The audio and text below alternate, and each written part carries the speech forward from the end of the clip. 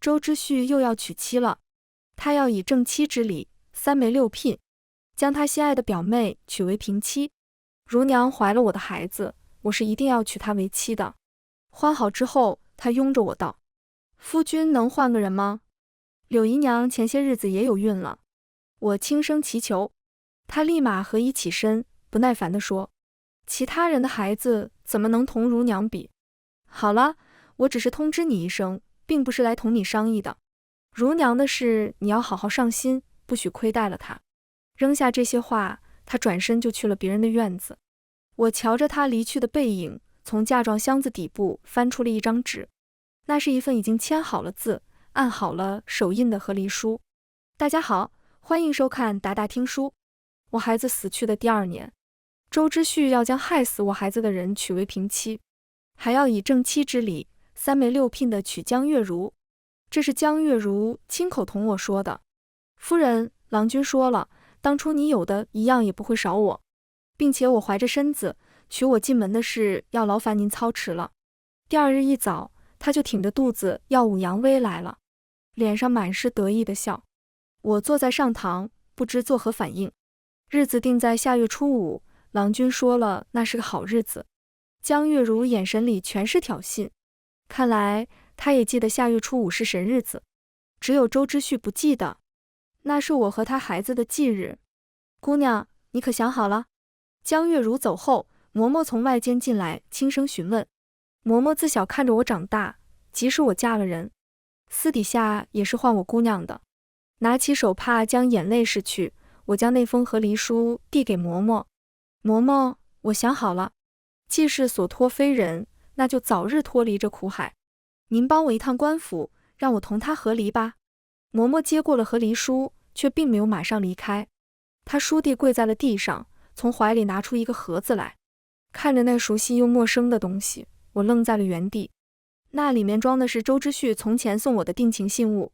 彼时他还不是官威赫赫的尚书大人，只是一个要靠抄书才能养活自己的穷举子。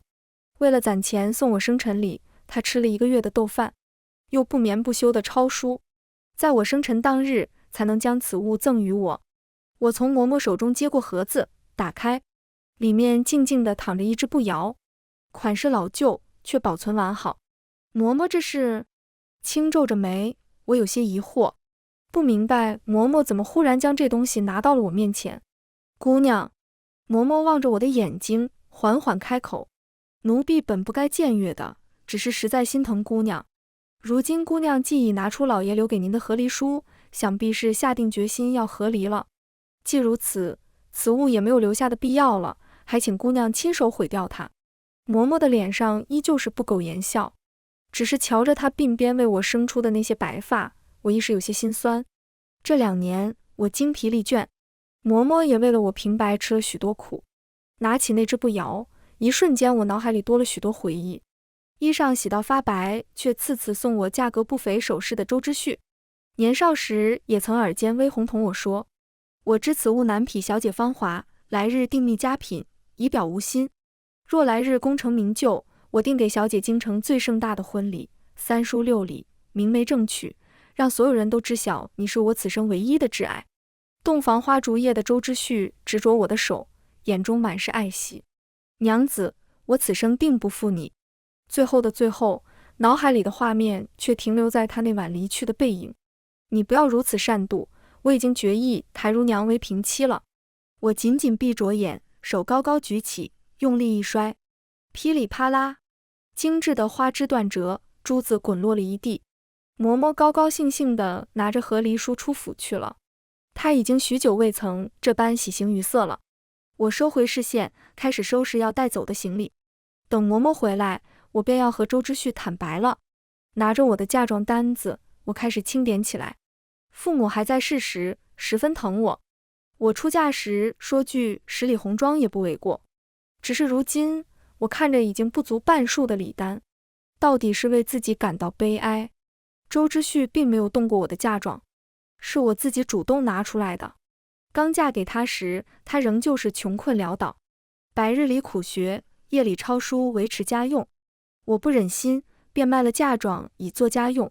得知此事时，他沉默了许久，最终将我拥入怀中，深情许诺：娘子，来日我定当以10倍之数归之。我信了，他也做到了。高中状元，被陛下授予官职后，他第一件事就是实现了当初的承诺。那时我连睡梦中也是笑着的。只是成婚3年，我还是未曾有孕。外界谣言四起，不得已，我主动为他纳了2个妾室，柳姨娘和云姨娘。纳妾前一晚，他和我说：娘子莫担忧，只要他们为我诞下子嗣，我便将他们送出府。可后来，他以孩子离不开生母为由，将人留下。没过多久，周府来了个投奔的表妹江月如，也是同时，我有孕了。周之旭十分高兴，下令府中所有人阅历翻倍。那段时间，我同他好似恢复从前蜜里调油的日子。1日3餐，只要他在府，定是要陪着我用的。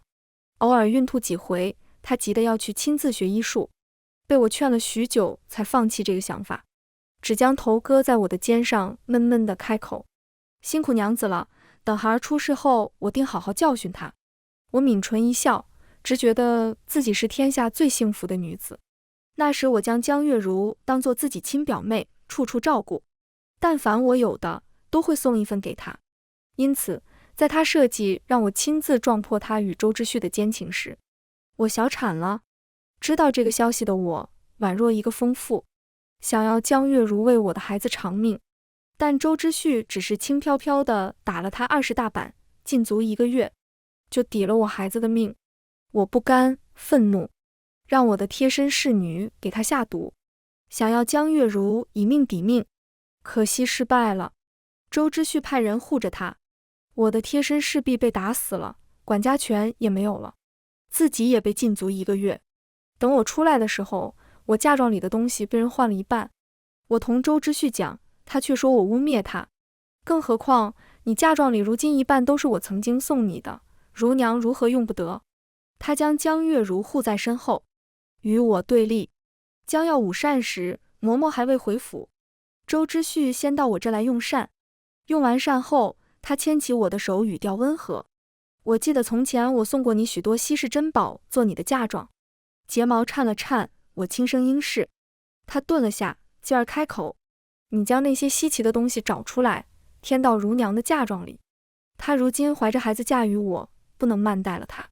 似乎是见着了我不可置信的眼神，他又连忙找补：日后我寻着了好的，再将东西补给你。那番话我从前也听过的，那时我信了，他也做到了。可如今我不信，他也做不到。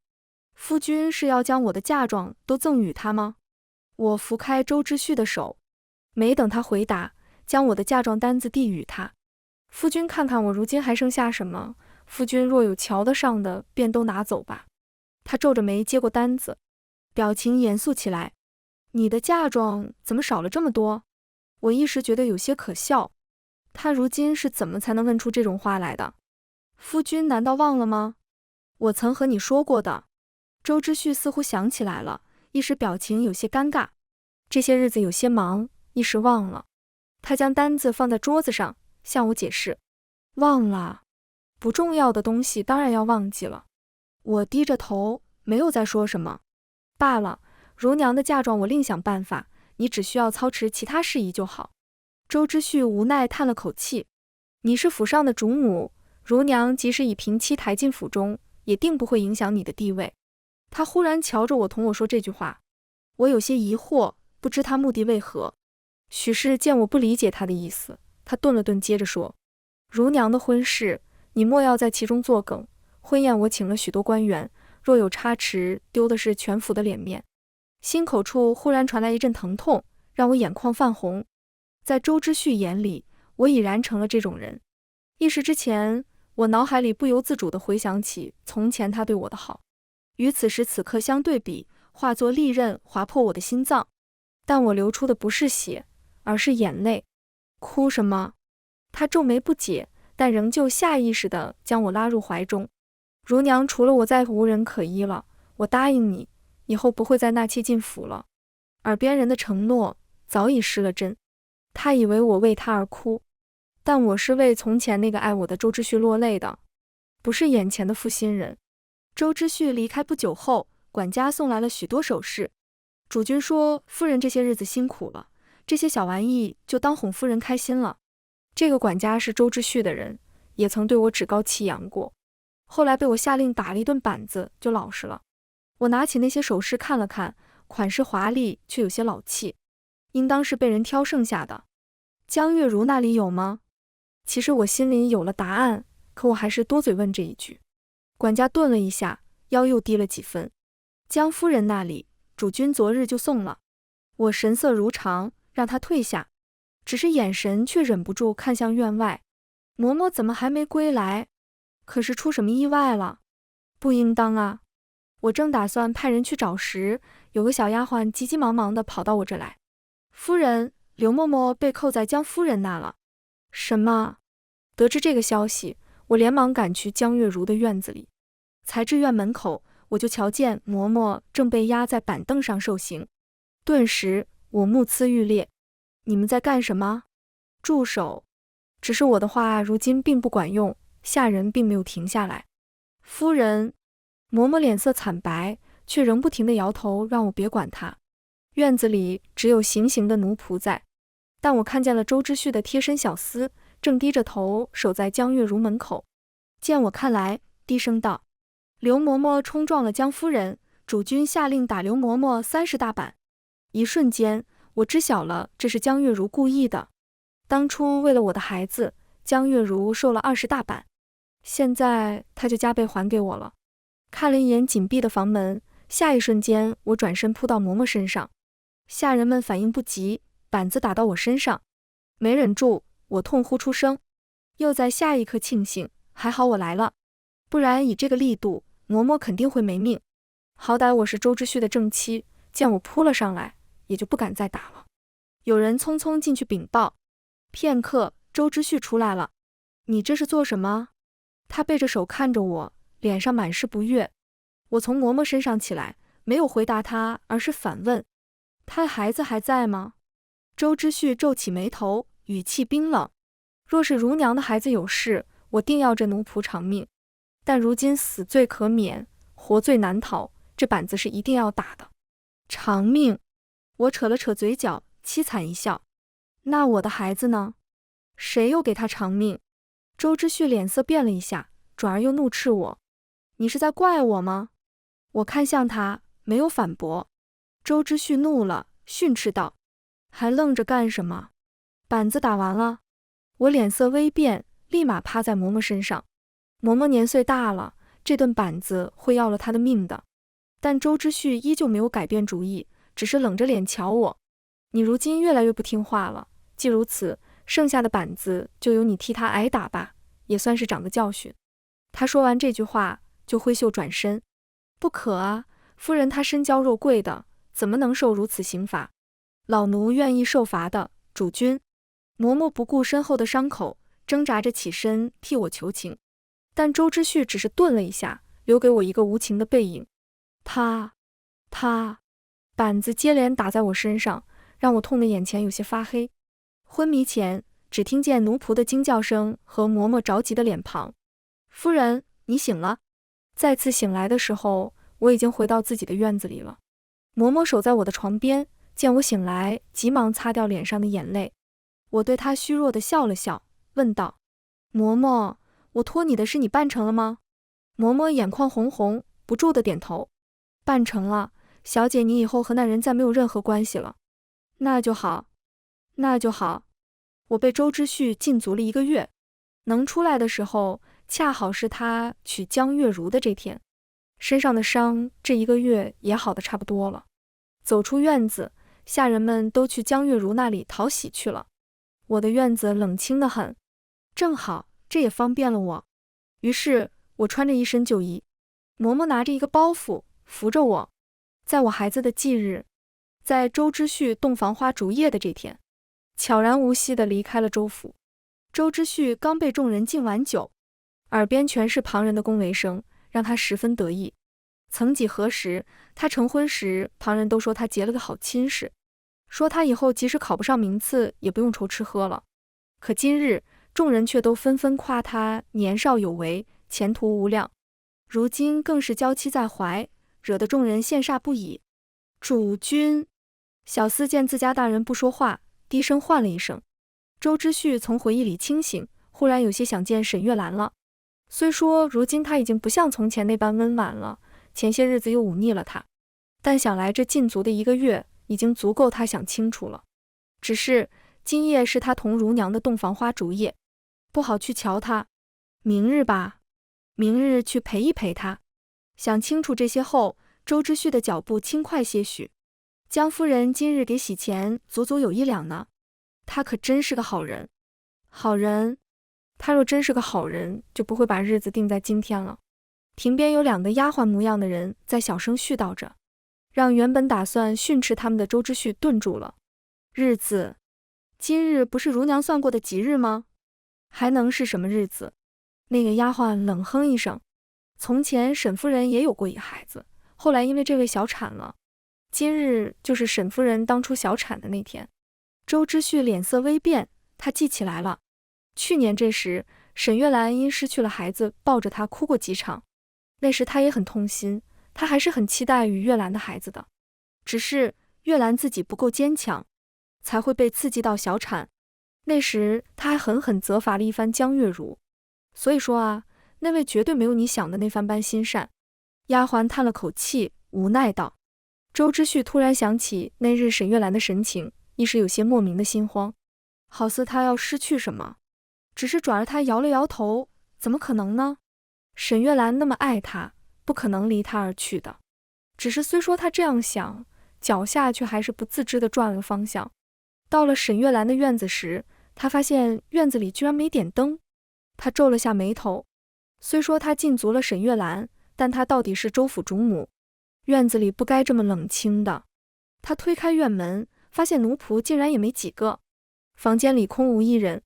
桌子上有一张信纸，他拿起来看了一眼，在看清纸上内容时，瞳孔猛缩。你我已和离，此后再无关系。我和嬷嬷回家了，回到了我未出阁时的家。兰小姐，沈府里只剩下几个老奴，见了我十分惊讶。听到熟悉的称呼后，我忍不住鼻子一酸。自父母过世后，我就再未回到这个伤心的，没想到再次回来会是如此境地。回到我曾经的闺房，除了有些灰尘，其他的丝毫未变。我坐在床榻边，嬷嬷正在忙着打扫房间，似乎又回到了许多年前。那时父亲母亲都还在，见着我受了委屈归家，定会将我围坐中间，想着各种法子为我出气的。想到那时的画面，再同此刻空荡荡的房间对比，眼泪夺眶而出。被周之旭下令禁足挨打的时候，我不曾落泪，可现在只因为想到家人，眼泪却止不住的流。父亲、母亲，兰月想你们了。我趴在床榻上，哭到哽咽。嬷嬷不知何时来到我背后，轻轻抚摸着我，同从前一样。等我的哭声慢慢小了下来，嬷嬷才停住动作，坐在我身旁轻柔地问：小姐以后有什么打算呢？打算？是啊，我得为自己以后打算了。总不能日日待在府里以泪洗面吧。我名下还有许多铺子，加上父母留给我的那些东西，银钱自然是不缺的。我同嬷嬷细细算着名下还有哪些财产。嬷嬷忽然叹了口气：小姐，我问的是你以后可打算再嫁？再嫁？我愣怔了片刻，还能再嫁吗？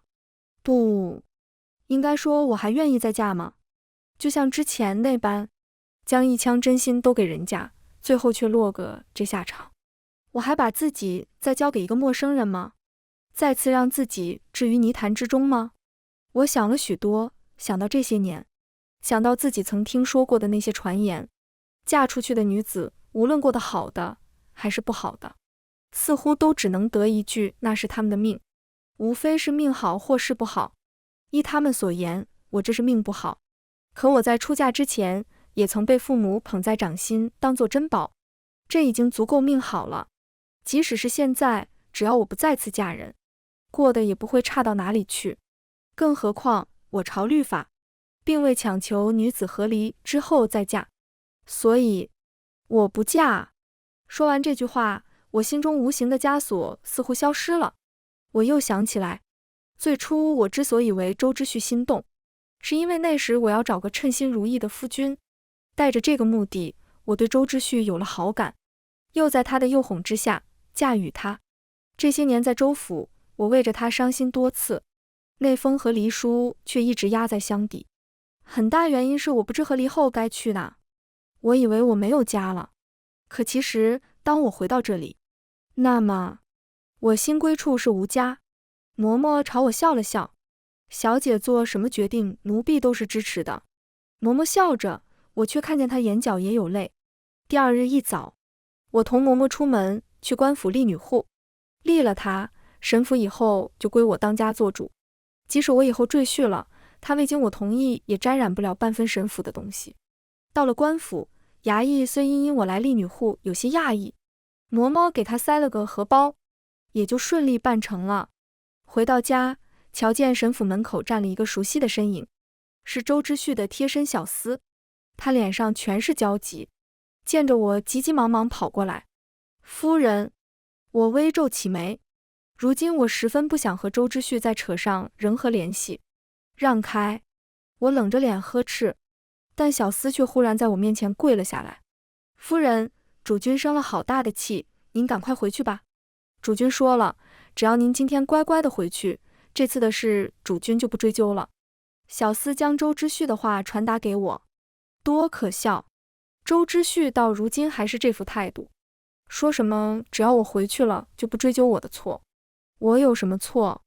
我同他又有什么干系？周之旭没有看到我留给他的那封信吗？他这个反应让我有些疑惑。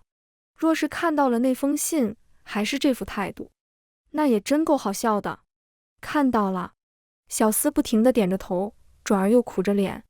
就是看到了才那么生气。您说您和主君都成婚多少年呢？何必同主君置气？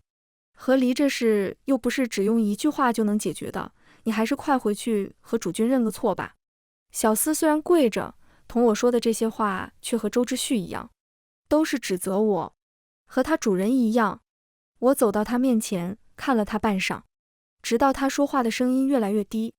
他，嬷嬷十分了解我，上去就给了这人一巴掌，又喊来沈府的奴仆。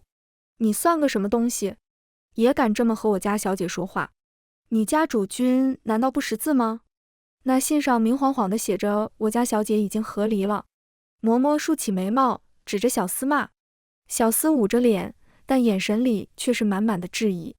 你回去问问周之旭，还记不记得娶我的前一天晚上，是否在沈府签下了什么文书？我扯了下嘴角，轻飘飘地丢下一句话，就转身离开了。嬷嬷在我身后喊人，将那小厮赶走。周府。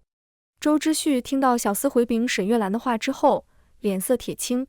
他不明白沈月兰闹这一出是为了什么，就为了不让他娶江月如为平妻。他就这般好妒，竟没有半点容人之量。小厮跪在地上瑟瑟发抖，旁边是碎了一地的茶碗。江月如也脸色极差。今日是他新婚第2日，周之旭却为了别人大发了一通脾气，这事将他置于何地？想到这些，他感觉自己的肚子都在隐隐作痛。夫君，我肚子有些不舒服。江月如将开口，想要让周之旭联系他，不痛快就去找大夫，我又不能治病。但周之旭正烦着，没有从前那般耐心了。他想起从前他似乎签过一封和离书，那是沈月兰父亲同意这门婚事的条件之一，只是从前他忘记了这件事。没想到沈月兰竟真的忍心同他和离。江月如身子一抖，眼泪哗哗的流。周之旭顿时也就顾不上沈月兰了。如娘，刚刚是我说错话了，你别哭，你有了身子大夫说你不能哭。他到底是真的喜爱江月如，见不得她在自己面前哭，只是他心底到底因为沈月兰的事有些烦躁，因此对待江月如也就没有那般贴心了，只是让下人将她扶回房多歇息。他自己则是换了衣服出门了，让人套了马车。周之旭直接去了府衙。他对于沈月兰当真和他和离了还是有些不信，只是等他看见沈月兰已经自立女户后，他不信也得信了。嬷嬷将我名下那些铺子的掌柜的都喊来了，还带着这些年的账本。虽说这些人都是当年的老人了，但也少不了贪墨一时。我忙着算账，一整日都不得空。到了下午，好不容易有一些空闲，门房却来报周知旭来了。我还未曾说话，嬷嬷就先冷下脸。他来干什么？还不快把他赶走，免得脏了我们门前的地。见嬷嬷的反应，我就知晓他如今是有多厌烦周知旭了。门房出去赶人了，我同嬷嬷继续散着步。嬷嬷，我想新开一个绣坊，只招立了女户的女子。从我今日立了女户的那一刻起，我就有了这个想法。只要小姐想，便去做吧。嬷嬷不问问我为何忽然想这样做吗？我停下脚步，瞧向嬷嬷，但她依旧是和从前一样温和的笑。奴婢没读过什么书，只是也知道女子在这世上比男子要难太多，若是独自一人，更是难上加难。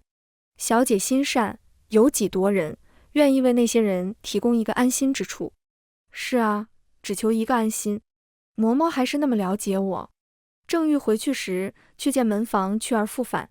夫人，那位说他如今好歹也是二品官员，若是今日见不到您，也许明日我们府中就会遭遇意外。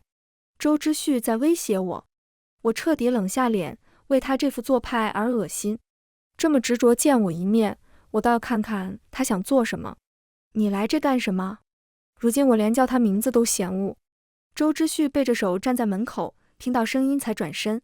他先深深地打量了我一眼，才缓缓开口：你若是现在后悔，还来得及。一阵风吹来，将我的发丝吹扬起来。我看着他摇了摇头：来不及了。闻言，周知旭有些疑惑：我后悔的是当初嫁你一事，如今已是来不及了。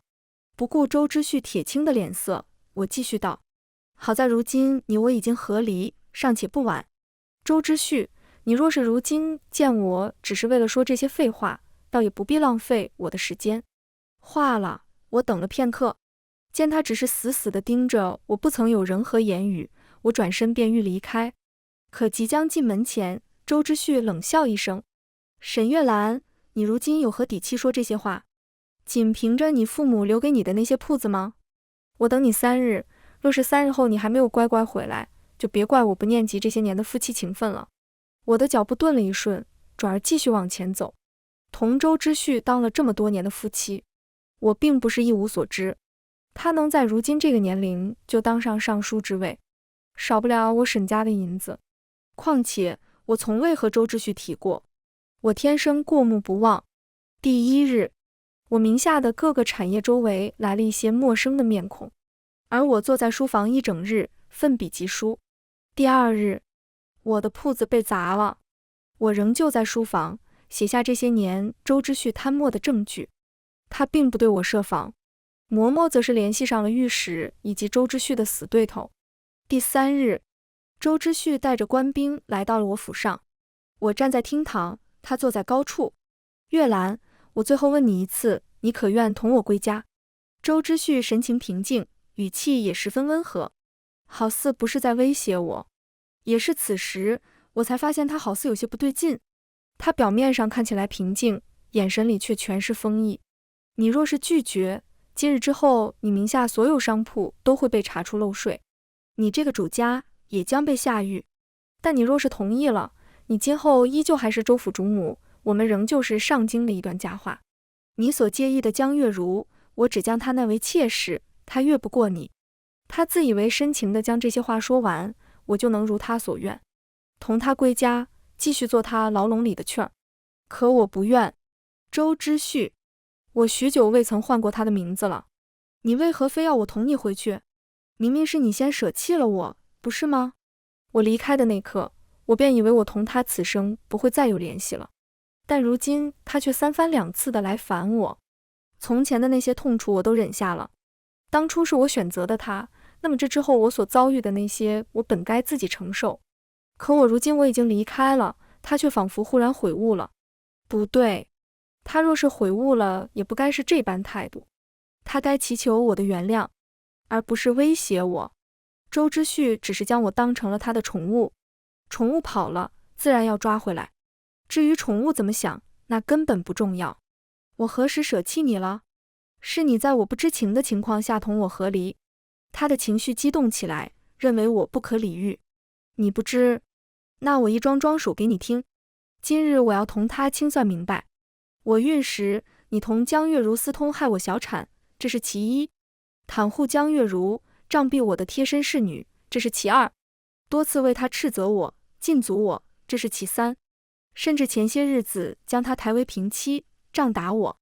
随着我一句一句话，周之旭脸色越来越难看。还有我嫁妆，够了！他打断我的话，站起来瞪着我。我冷眼瞧着他，丝毫不惧。宠妾灭妻，你自己还不承认？周之旭，你当真是无耻至极！周之旭对于我的指责，非但不以为意，更是冷笑一声，似乎我才是那个不可理喻的人。他微微轻身，语气里带着些咄咄逼人。我无耻？那你呢？这些年我待你不够好？他红着眼眶，细数着这些年，一件件，一桩桩，如数家珍般提起那些我曾珍视的回忆。我病重时，他是如何彻夜守护茶饭不思的，又为了我的生辰如何费尽心思。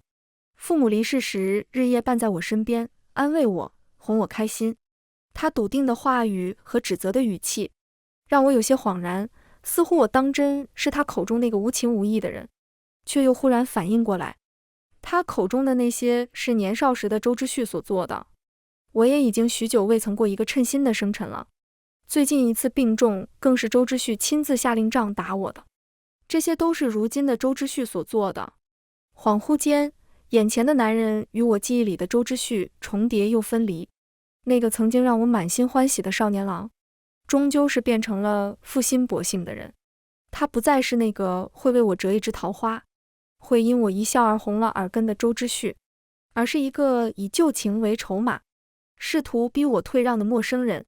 我直视着他，声音平静地道：周之旭，从你我和离的那一刻，你在我这就是死人了。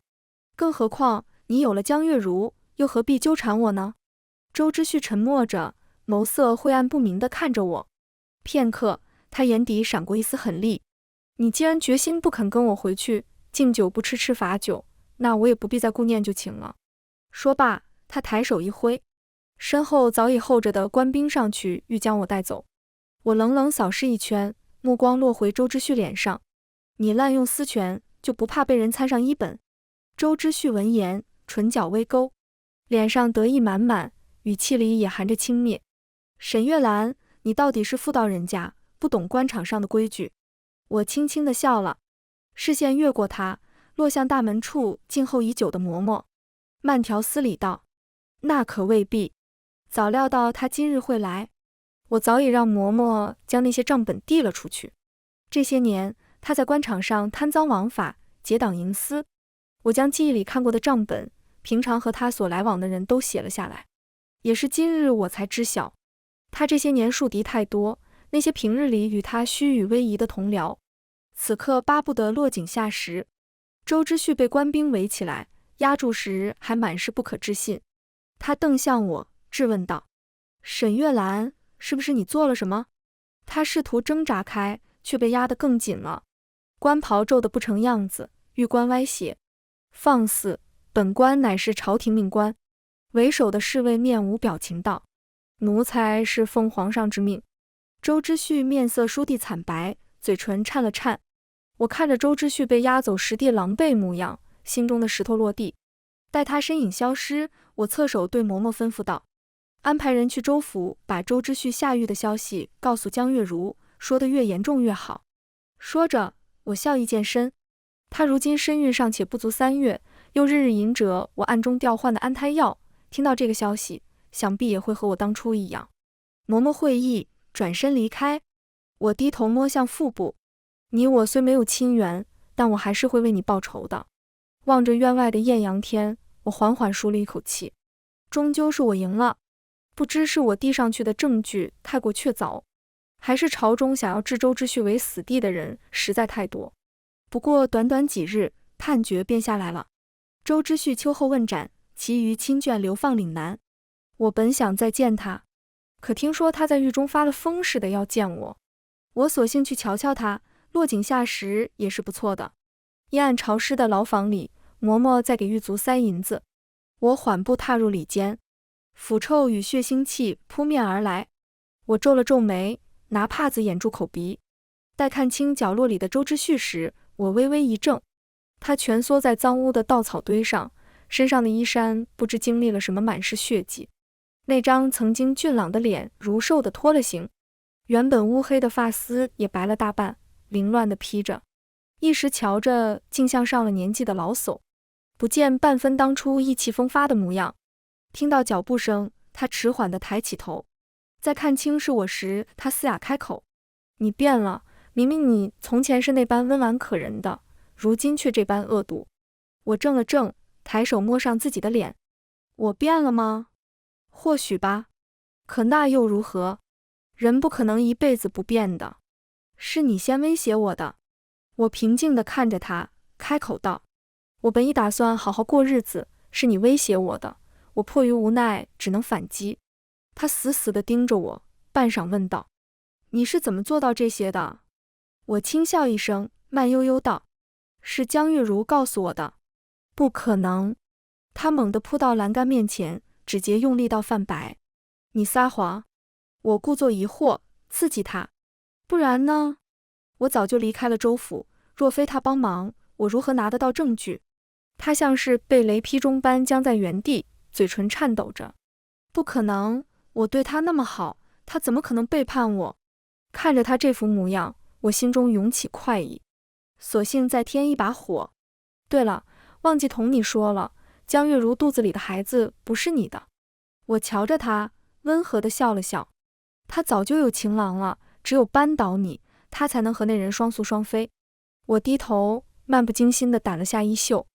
算算时辰，他现在应该已经假死脱身了吧？你胡说！